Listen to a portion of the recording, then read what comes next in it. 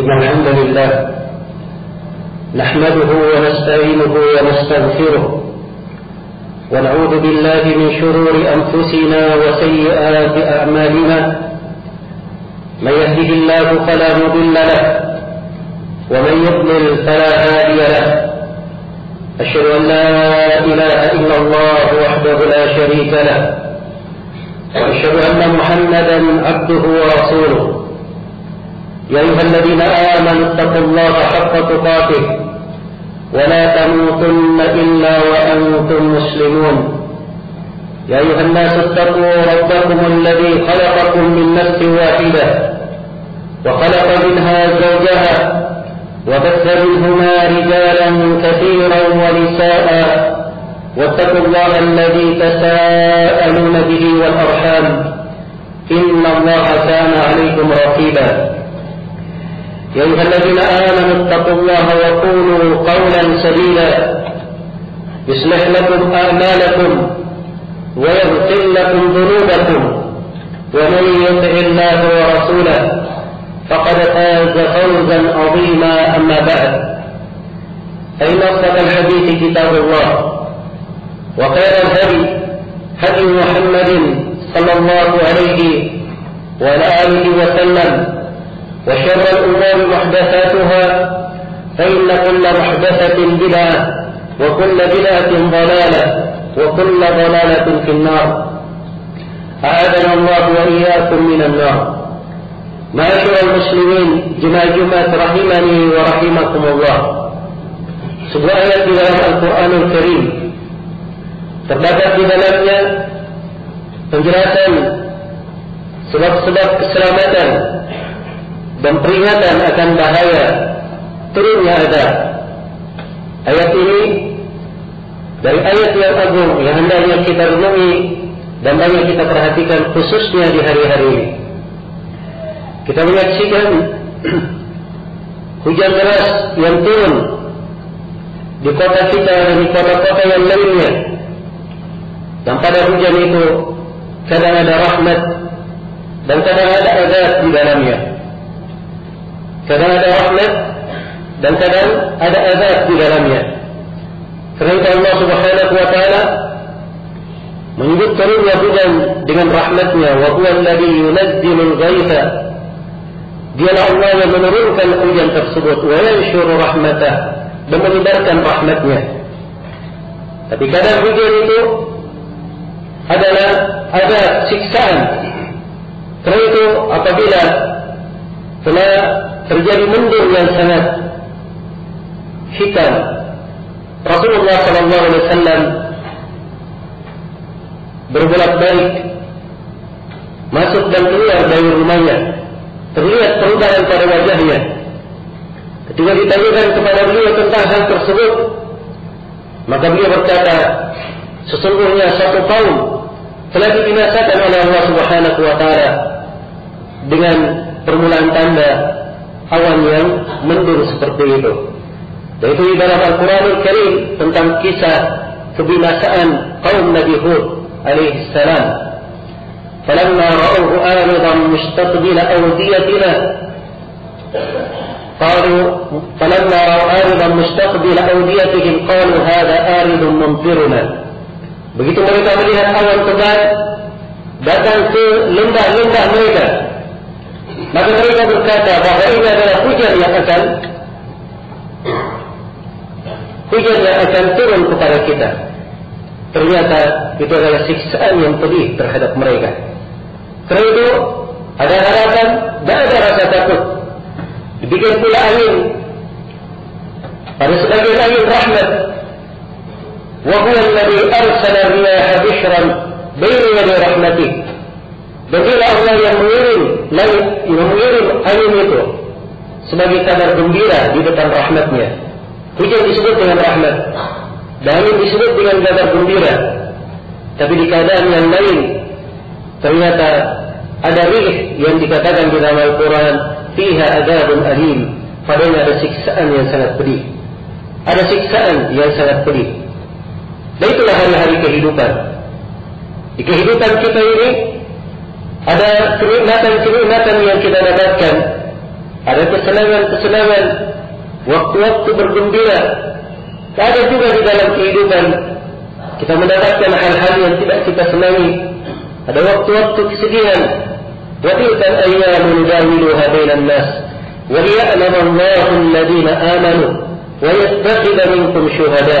Dan itulah hari-hari yang kami persilih gantikan di tengah manusia, supaya Allah mengetahui siapa yang beriman dan menjadikan dari kalian para orang yang mati syahid.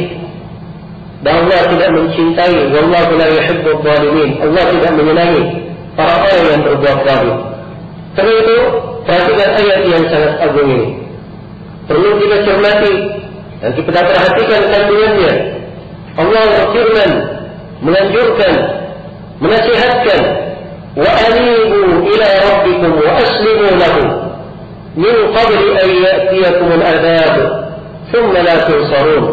Dan berimanlah kalian, kembalilah kalian kepada Rabb kalian, dan berserah dirilah kalian kepadanya sebelum datang suatu siksaan kepada kalian, kemudian kalian tidak akan mendapatkan pertolongan sama sekali. Iya. Di dalam ayat Allah Subhanahu wa taala ingatkan kepada umat Islam untuk mengambil sebab-sebab keselamatan. Dan di sini disebut dua sebab keselamatan yang sangat pokok, sumber dari keselamatan. Yang pertama adalah beribadah kepada Allah Subhanahu wa taala, wa anibu ila rabbikum. Dan beribadahlah kalian semua kepada Rabb kalian. Beribadah artinya adalah kembali kepada Allah. Ia bisa diartikan dengan makna taubat, bisa diartikan dengan makna istighfar. Tapi kata ibadah lebih luas daripada itu. Ia kembali kepada Allah Subhanahu wa taala, kembali kepada Allah, mengharap dan memohon kepadanya, takut dan khawatir dari siksaannya. Ia bertobat dari segala dosa-dosanya, memohon ampun dari segala kesalahan-kesalahannya. Wa anibu ila rabbikum, dan beribadahlah kalian kepada Rabb kalian. Apabila ibadah ini berada pada seorang muslim dan muslimah, maka ini akan menjamin kebaikannya. Iya, menjamin kebaikannya. Dan itulah dakwah para nabi dan para rasul. Dan para nabi dan para rasul di atas sifat yang mulia ini, sehingga mereka tidak disentuh oleh siksaan. Kata Nabi Syuaib alaihi salam, "Wa ma taufiqi illa billah, alaihi tawakkaltu wa ilaihi unib." Sesungguhnya tidak ada taufik bagi aku kecuali hanya kepada Allah. Kepadanya lah aku bertawakal, dan kepadanya lah aku beribadah. Kepadanya lah aku beribadah. Dia adalah sifat para nabi dan para rasul. Dan seorang hamba yang beristighfar dan bertobat kepada Allah, itu adalah sebab kebaikannya. Hal yang menyebabkan hujan itu turun dengan membawa kebaikan. Nabi Hud berkata kepada kaumnya, "Wa ya qaum istaghfiru rabbakum, thumma tubu ilaihi, yursilis samaa'a 'alaikum bidarara, wa yazidukum quwwatan ila quwwatikum, wa la tatawallaw mujrimin." Wahai kaumku, beristighfarlah kalian kepada Rabb kalian, dan bertobatlah kalian kepadanya. Dua hal disebut, beristighfar dan bertobat kepada Allah Subhanahu wa taala. Beristighfar dari dosa-dosa yang sedang dia lakukan dan mungkin apa yang akan dia lakukan, dan bertobat dari dosa-dosa yang telah lalu. Beristighfarlah kalian dan bertobatlah kalian kepadanya. Kalau kalian melakukannya, yursilis samaa'a 'alaikum bidarara, pasti Allah akan menurunkan hujan dari langit itu berlimpah ruah untuk kalian. Hujan yang membawa kebaikan, membawa rahmat. Wa yazidukum quwwatan ila quwwatikum, dan menambah kekuatan untuk kalian di samping kekuatan yang telah kalian miliki. Istighfar dan taubat adalah sebab kekuatan dan sebab adanya semangat dari seorang hamba untuk melaksanakan segala aktivitasnya yang mendekatkannya kepada Allah Subhanahu wa taala. wala tatawallaw mujrimin. Dan kata Nabi Hud alaihi salam, jangan kalian berpaling sebagai orang-orang yang bergelimang dosa. Demikian pula seruan Nabi Nuh alaihi salam. Di dalam Al-Quran Allah sebutkan seruan Nabi Nuh, faqultu astaghfiru rabbakum innahu kana ghaffara. Kata Nabi Nuh, saya berkata kepada kaumku, istaghfiru, beristighfarlah kalian kepada Rabb kalian. Sesungguhnya Allah itu Maha Pengampun. Yursilis samaa'a 'alaikum midrara wa yazidukum quwwatan. Yursilis samaa'a 'alaikum midrara wa yumdidukum bi amwalin wa banin wa yaj'al lakum jannatin wa yaj'al lakum anhara. Kalau kalian beristighfar kepada Rabb kalian, pasti Allah akan menurunkan hujan berlimpah ruah untuk kalian. Hujan yang membawa kebaikan. Dan Allah akan melapangkan harta dan keturunan kalian. Sebab istighfar adalah sebab diatakannya rezeki dan sebab dimudahkannya keturunan bagi seorang hamba. Wa yaj'al lakum jannatin wa yaj'al lakum anhara. Dan Allah akan menjadikan untuk kalian kebun-kebun dan sungai-sungai yang mengalir. Iya. Berbagai kebaikan tersebut dengan beristighfar kepada Allah Subhanahu wa taala. Maka beribadah kepadanya, bertobat kepadanya, kembali kepada Allah Subhanahu wa taala dengan melaksanakan segala perintahnya, meninggalkan segala larangannya, berpegang dengan agamanya, berpegang dengan sunnah Rasulnya, dan mengikuti kesepakatan di kalangan para ulama. Itu adalah jalan-jalan keselamatan yang menjamin seorang hamba berada di atas kebaikan, dilindungi dari azab, Iya.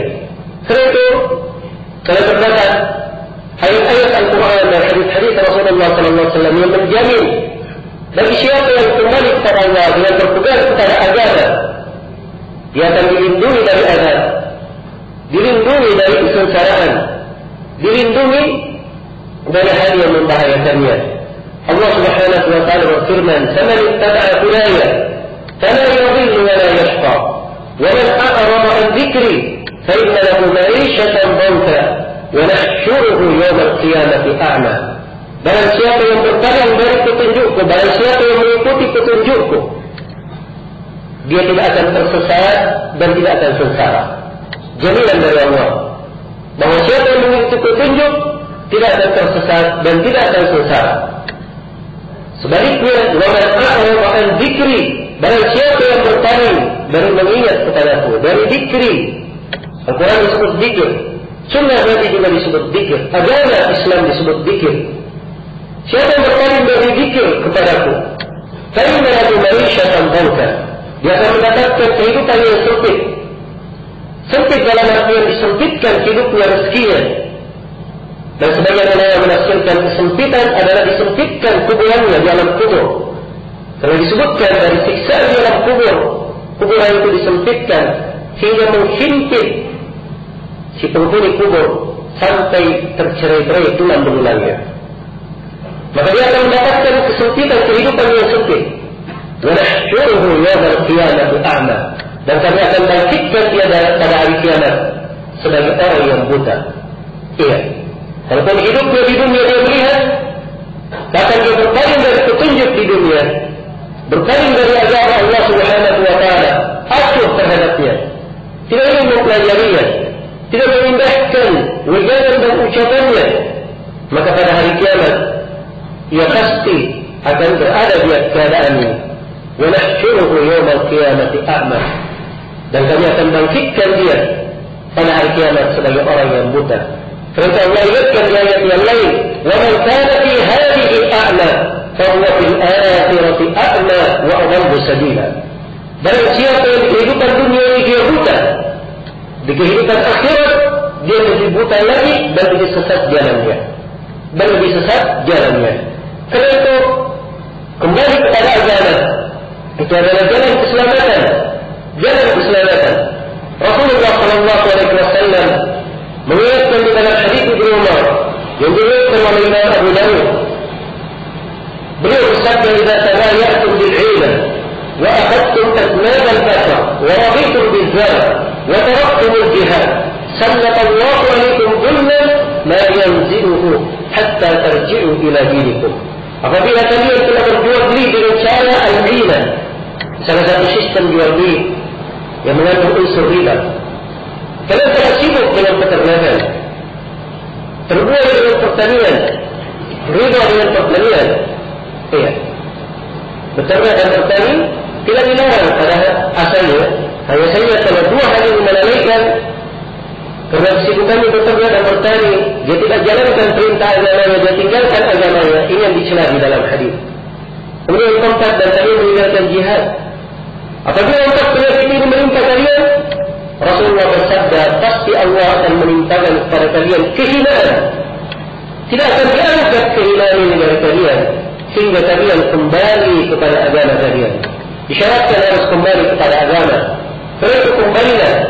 Perhatikan terpenuhi mana ayat. Wa'anibu ila rabbikum.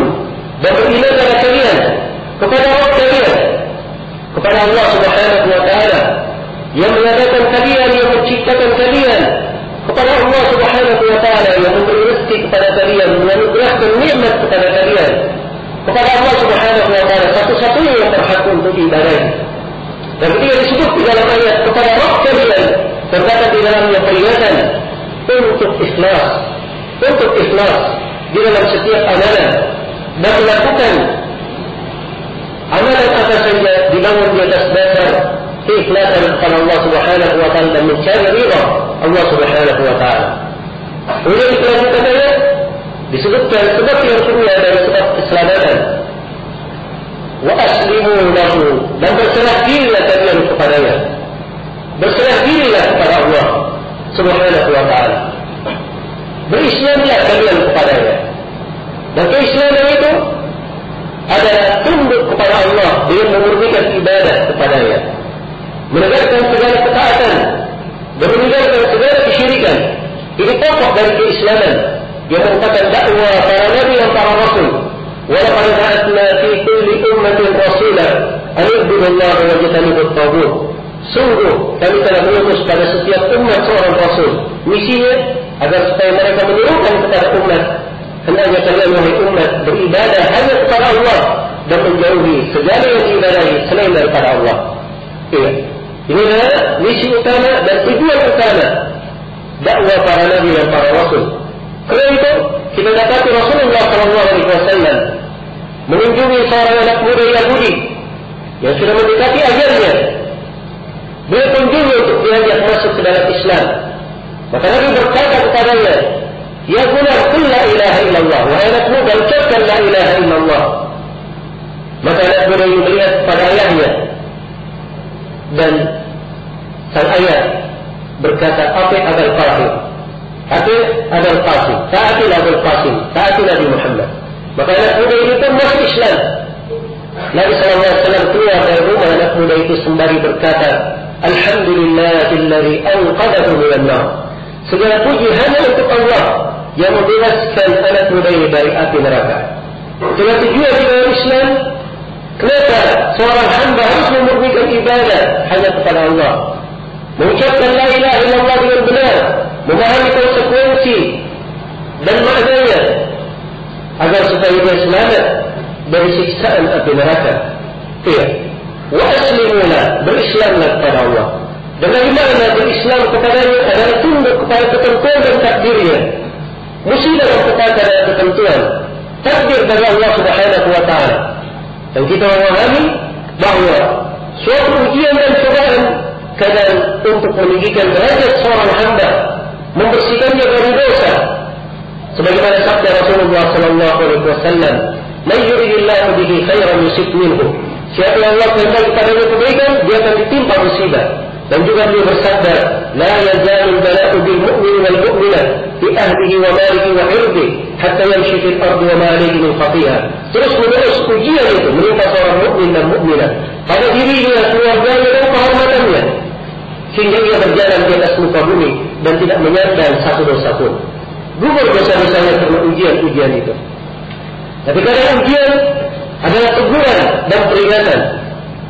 Kebinasaan untuk kaum yang berbuat dosa kepada Allah dan bermaksiat. kepada mereka yang berbuat kesyirikan, kekufuran, bidah dan khurafat. Iya. Karena itu dalam Al-Quran Allah firman, "Dhahara al-fasad fil barri wal bahri bima kasabat aydin nas, liyudhiqahum ba'd alladhi amilu la'allahum yarji'un."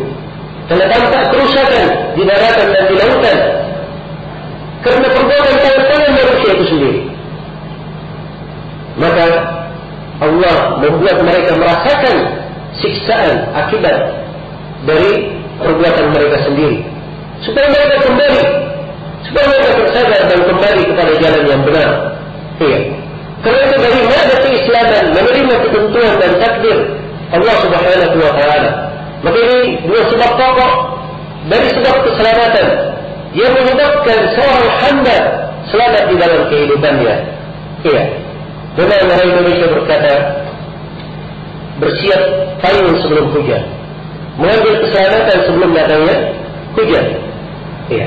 Dan ketika musibah turun, banjir datang, menghanyutkan harta benda, melantarkan keamanan dan ketenangan, menghilangkan kegembiraan dari tabiat manusia, mengambil jalan keselamatan. Iya. Mengambil jalan-jalan keselamatan. Tapi dua jalan keselamatan yang disebut di dalam ayat ini, kembali kepada Allah dan berserah diri kepada Allah, ini adalah jalan keselamatan yang banyak dilalaikan oleh manusia. Padahal ini adalah sumber keselamatan. Bahkan tidak ada keselamatan kecuali melalui gerbang ini. Ini adalah pintunya. Siapa yang tidak memasuki pintu ini, maka dia tidak akan memperoleh keselamatan, tidak di dunia, apalagi di akhirat. Iya. Karena itu hendaknya di masa-masa yang seperti ini, seorang hamba banyak berserah diri kepada Allah, memperkuat ibadah kepada Allah, melaksanakan segala perintahnya, meninggalkan segala larangannya, banyak bertobat dan beristighfar kepadanya. Semoga Allah Subhanahu wa Ta'ala memberikan keberkahan, taufik dan rahmatnya kepada kita semua. Barakallahu li wa lakum fil Qur'anil azim, wa nafa'ani wa iyyakum bima fihi min al-ayati wa dhikril hakim, wa taqabbala Allahu minni wa minkum tilawatahu innahu huwas samiul alim.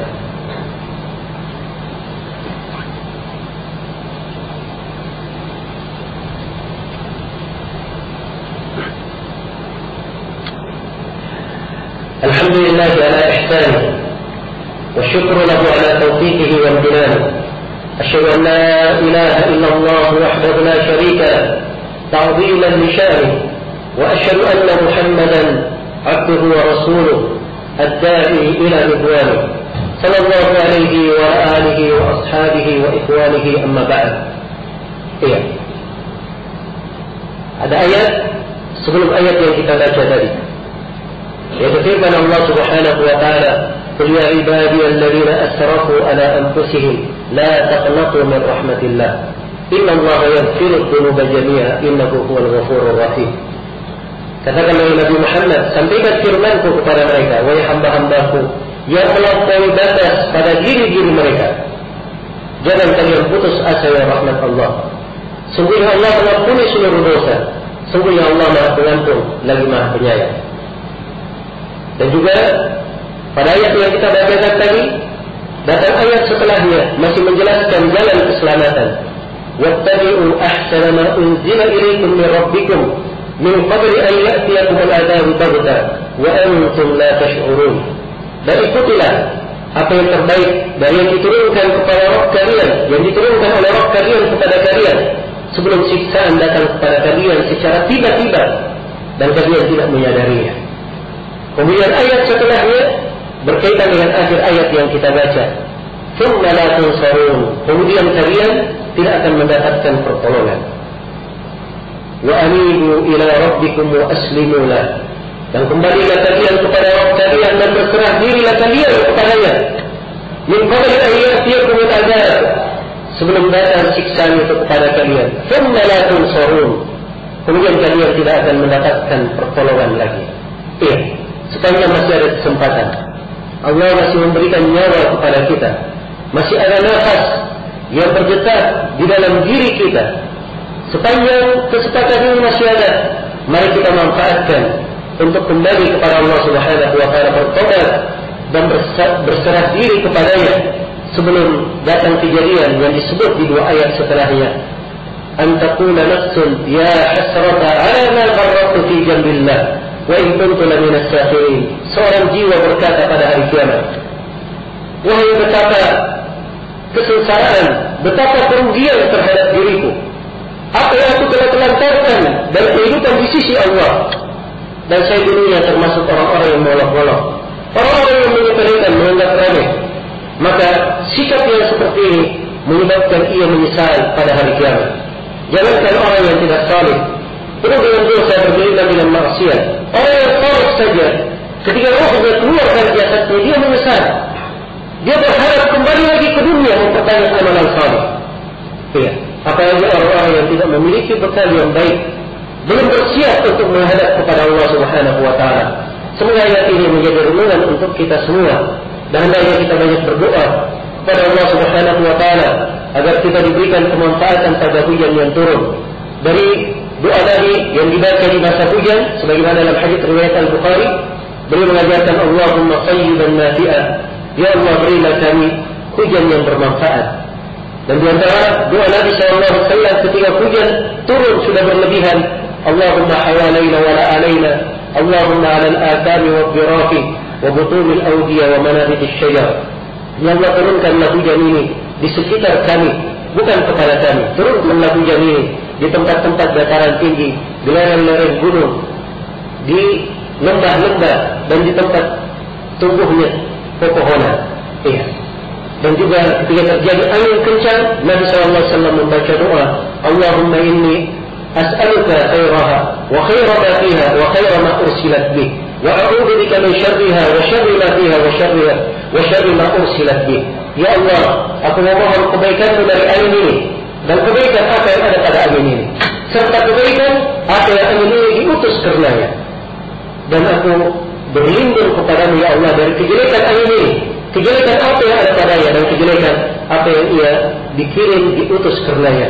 Semoga Allah Subhanahu wa taala memberikan keselamatan kepada kita semua. Kemudian ketahuilah kaum muslimin jemaah-jemaah rahimani wa rahimakumullah, Rasulullah sallallahu alaihi wasallam bersabda, "Man shalla alayya salatan sallallahu alaihi biha asyra." Siapa yang beri selawat kepada Rasulullah sallallahu alaihi wasallam satu selawat, maka Allah akan memberi selawat untuknya 10 kali selawat. Dan Allah Subhanahu wa taala berfirman, "Inna Allaha wa malaikatahu yusalluna 'alan nabi, ya ayyuhalladzina amanu sallu 'alaihi wa sallimu taslima." Allahumma shalli 'ala Muhammad wa 'ala ali Muhammad, kama shallaita 'ala Ibrahim wa 'ala ali Ibrahim innaka Hamidum Majid. Allahumma barik 'ala Muhammad wa 'ala ali Muhammad, kama barakta 'ala Ibrahim wa 'ala ali Ibrahim innaka Hamidum Majid. Allahumma ighfir lil muslimina wal muslimat wal mu'minina wal mu'minat الأحياء منهم والأموات إنك سميع قريب مجيب الدعوات. اللهم ارفع عنا الوباء والبلاء والمنن والمحن والزلل. اللهم جنبنا الفتن ما ظهر منه وما بطن يا رب العالمين. ربنا آتنا في الدنيا حسنة وفي الآخرة حسنة وقنا عذاب النار. عباد الله، إن الله يأمركم بالعدل والإحسان وإيتاء ذي القربى وينهى عن الفحشاء والمنكر والبغي يعظكم لعلكم تذكرون. فاذكروا الله الجليل العظيم يذكركم واشكروه على نعمه يزدكم ولذكر الله أكبر والله